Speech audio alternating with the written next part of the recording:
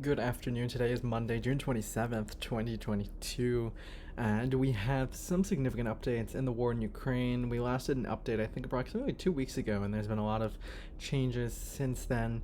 Before I begin, all credit to these images to Ukraine War Mapper. You can see the tag right there. They have created all these wonderful maps, and they have been tracking the spread, or rather the changing nature of this conflict on a map quite extensively since it began on February 24th. So credit to them for really doing this incredible service to the public to show us how the contours of the war have been changing day by day.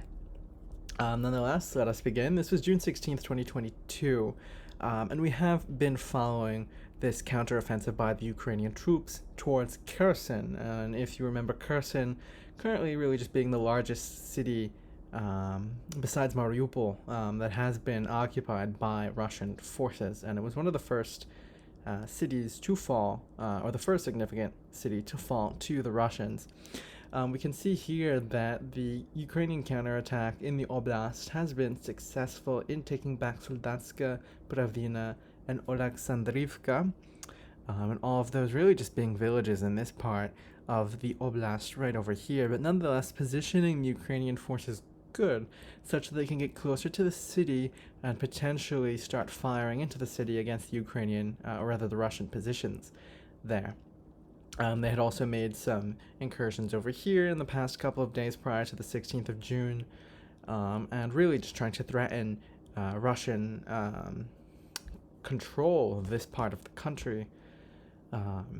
Also on the 16th of June, this, by the way, is a different front. This is the Eastern Front near the Donetsk and Luhansk oblasts.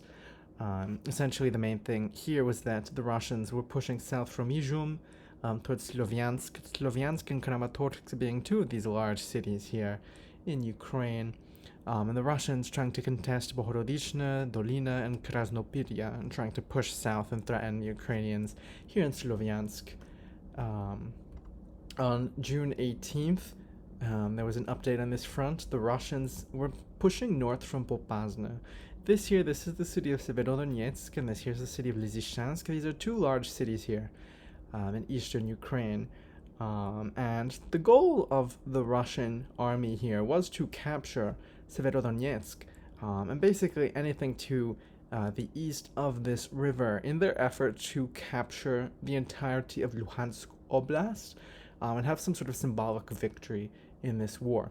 And so one of the ways they were doing that is by advancing north from Popasna in an effort to essentially surround the remaining Ukrainian troops in Sievierodonetsk and Lysychansk. And we'll see that over the coming days that has generally been successful, but nonetheless the beginnings of those incursions here when the Russians went north towards Vrobivka. And then an update again, June 20th, again 2 days later, we see that the Russians had advanced towards Toshkivka, and Bilaora and Mirna Dolina. So you can see that those various villages are over here. The Russians pushing from this way here via Toshkivka, and in an effort to surround the Ukrainian troops that were over here in between Mirna Dolina and Popasna. By June 21st, the Russians had continued to perform quite well in the Battle of Sievierodonetsk, and controlled roughly 85% of the city.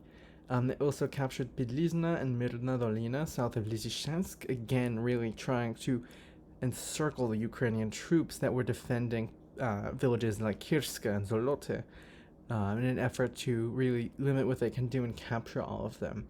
And you can note here that any of the Ukrainian troops that were remaining in this pocket north of Popasna had at most this 7-kilometer gap through which they could withdraw, but ultimately that was not something that they could withdraw through quick enough or in time, because the Russians had captured Loskutivka and Drai Oleksandrivka on the 22nd of June, essentially encircling all these Ukrainian troops at Hirsk and Katarinivka. And then that continued on the 23rd of June, You see the Russians really performing quite well in this area. A repeat with Loskutivka and Draya Alexandrivka, but nonetheless the Russians taking Zolota and Katerinivka. Hirska, though, the Ukrainian troops remaining encircled around and near Hirska. By June 24th, we had some updates. This is again on the eastern front in Donetsk, but we are further south of where we were prior. So this is near the city of Donetsk, which is the capital of Donetsk, People's Republic, which is one of those Russian breakaway regions. You had some significant gains here by the Ukrainian troops in the south, really trying to threaten the Russian army's control of what I believe here is either part of Donetsk or Zaporizhia Oblast. The Ukrainians taking back control of Zolota Niva, Brechistivka, Novomayorska, Shevchenko, Nehorivka. Over here, pretty significant gains, the number of villages that the Ukrainians took back. Nonetheless, on June 24th, the Hirska pocket completely taken over by the Russian forces, and the Ukrainians that were remaining in Sievierodonetsk were commanded to retreat over this river back to the city of Lysychansk, essentially surrendering the city of Sievierodonetsk to the Russians. And that was the update, the very significant update on Saturday, June 25th, 2022, the Ukrainians withdrawing over the Sievierodonetsk river and Sievierodonetsk falling in its entirety to the Russian Federation. And we could just note here that you could see this Hirska pocket in the aftermath of having captured that, the Russian troops advancing really significantly to the north in an effort to encircle the remaining Ukrainian troops that are in Lysychansk. The Ukrainian troops, or rather the Russian troops, fighting into the area of Vovchoyarivka, and I'm not going to try to pronounce that, but nonetheless advancing north in an effort to isolate the remaining soldiers in Lysychansk. And you continue to see that today on Monday, June 27th, 2022. The Russians now capturing Vovchoyarivka and Bilahora. So advancing from the south of Lysychansk, but also from the west of Lysychansk in an attempt to encircle it and threatening any chance of Ukrainians from withdrawing from the city, essentially in an effort to surround them. It remains unclear whether the Ukrainians will be able to repel that sort of movement, but nonetheless, this is a very significant military victory for the Russians. I wouldn't say that this is some sort of war-changing or war-defining moment, because ultimately the war has been quite lackluster for the Russians, but nonetheless, the fact that they're making these pretty significant gains, taking Sievierodonetsk, taking out this pocket, and appearing to try and make further gains towards the west, that is quite significant. It remains to be seen how they will deal with the Lysychansk resistance here of the Ukrainian troops, but I'd expect that they will try to take care of that in the coming days. Once that's done, they will try to push further towards the west, towards Toretsk, towards Bakhmut, Siversk, and Mykolaiivka, and potentially try to take on Slovyansk and Kramatorsk from two sides. So you have this southern movement from Izhum coming south towards Slovyansk, and then if you can potentially deal with Lysychansk and move further west, you can have the Russian troops also threatening Slovyansk. And if the Russians are able to do that from two sides, that would be some significant effort there. Ultimately, these are parts of Donetsk Oblast. The Russians in this battle of the Donbass trying to take over Luhansk, which they are essentially almost done with, but Donetsk Oblast as well. Donetsk appearing to be a bit more of a formidable obstacle for the Russians, but we will continue to see how they perform in that theater. And then just as a separate update, north of Kherson today, the Ukrainians recapturing Zelenihai and Barvinok. So again, continuing to offer an opportunity for the Ukrainians to get closer to the city of Kherson. If they were to get closer towards the center of the city, if they were to contest the city and potentially take it back from the Russians, that would be a significant victory for Ukraine, that the largest city that the Russians had occupied in the first few days of the war now falling back into Ukrainian control, and really allowing Ukraine to threaten all of southern Ukraine, or at least that which is currently controlled by the Russians. And it would certainly potentially foretell issues with the Western Front in the event that the Russians need to reinforce this southern flank.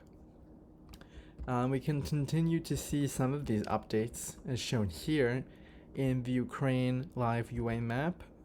You can see that the Ukrainian forces have recaptured a significant amount of territory in their efforts to get closer towards the city of Kherson, and they also made some other advances over here a few weeks ago.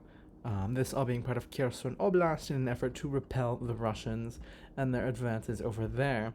Nonetheless, we can see here Sievierodonetsk. We had previously been shown maps showing that, Betulkina and Voronova were not in Russian hands, that the city was split, that the Russians had not taken the rail yard. Now everything to the east of this river is in Russian hands, and we'll continue to monitor this northern movement from the Russians in an attempt to encircle the Ukrainians at Lysychansk and leave them unable to escape. Just as an update, the Battle of Sievierodonetsk on the Wikipedia article here ending on the 25th of June 2022, the Ukrainians withdrawing on June 24th, and the Russians capturing the city on June 25th as part of the Battle of the Donbass. And as for the current defense of Lysychansk, the United States Department of Defense saying that the Ukrainians are heroically defending Lysychansk, that they're putting up stiff resistance there. But that the city of Sievierodonetsk is now currently occupied by the Russians. It remains to be seen whether the Ukrainians will be able to defend Lysychansk, but if I were to guess, I would say that the Russians will continue to be successful in making these northern pincer movements. This map doesn't show Bilahora under Russian control, but we did have an update from the Ukraine war map that was the case. I'd expect the Russians to continue to push north to try and contest Bilohorivka and potentially just encircle the Ukrainians here in Lysychansk and trying to take out some of these other towns over here in Shebelivka, Novodruzhesk, and Prividya in an effort to really put pressure on this Lysychansk pocket. But we will continue to monitor this in the coming days as the war in Ukraine continues. The war started now, 4 months ago? Yeah, it's been 4 months now of the war in Ukraine, and we will continue to monitor this as it goes. Thank you.